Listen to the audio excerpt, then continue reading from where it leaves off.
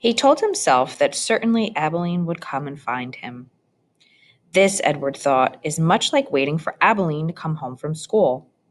I will pretend that I am in the dining room of the house on Egypt Street, waiting for a little hand to move to the 3 and the big hand to land on the 12. If only I had my watch, then I would know for sure. But it doesn't matter. She will be here soon, very soon. Hours passed, and then days, and weeks, and months. Abilene did not come.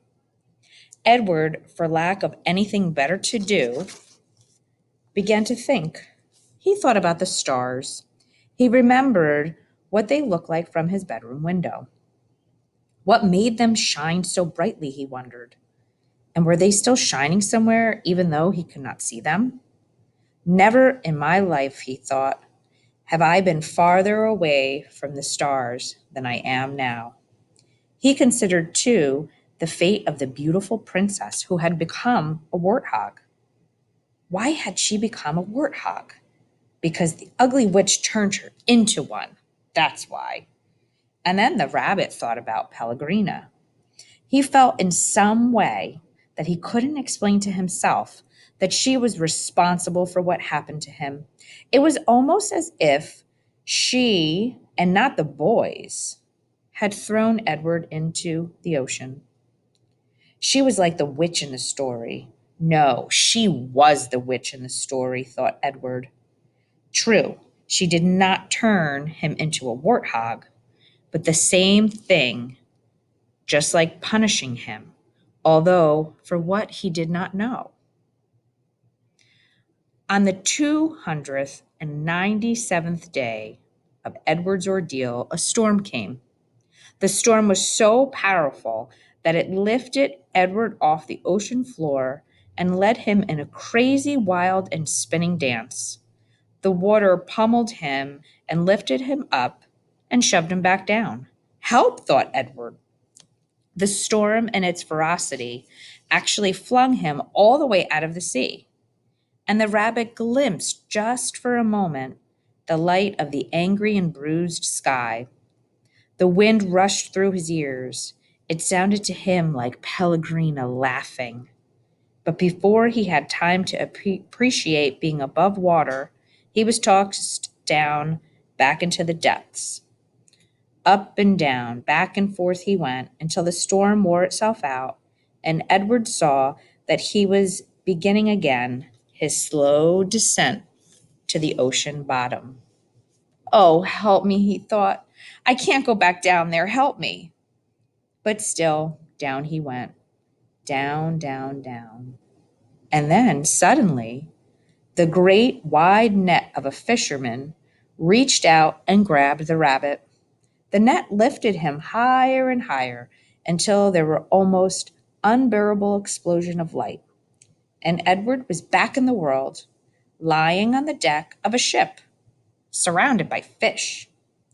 Ugh, what is this? Said a voice. Ain't no fish, said another voice, that's for sure. The light was so brilliant that it was hard for Edward to see. But finally, shapes appeared out of the light and then faces.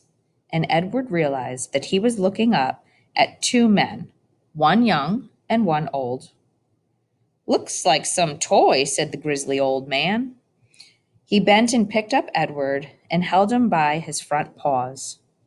Considering him, a rabbit, I reckon. He's got whiskers and rabbit ears, or the shape of rabbit ears at least. Yeah, sure, a rabbit toy, said the younger man, and he turned away. I'll take him home for Nellie. Let her fix it up and set it to rights. Give it to some child. The old man placed Edward carefully on a crate, positioning him so that he was sitting up and could see out into the sea. Edward appreciated the courtesy of this small gesture, but he was heartily sick of the ocean and would have been very satisfied not to set his eyes on it again. There you go, said the old man. As they made their way back to shore, Edward felt the sun on his face and the wind blowing through the little bit of fur left on his ears, and something filled his chest. A wonderful feeling. He was glad to be alive. "Look at that rabbit," the old man said. "Looks like he's enjoying the ride, doesn't it?" "Yep," said the man. In fact, Edward Tulane was so happy to be back among the living that he did not take umbrage at being referred to as it. On land, the old fisherman stopped to light a pipe, and then, with the pipe clenched between his teeth, he walked home, carrying Edward atop his left shoulder as if he was a conquering hero. The fisherman balanced him there, placing a calloused hand on Edward's back.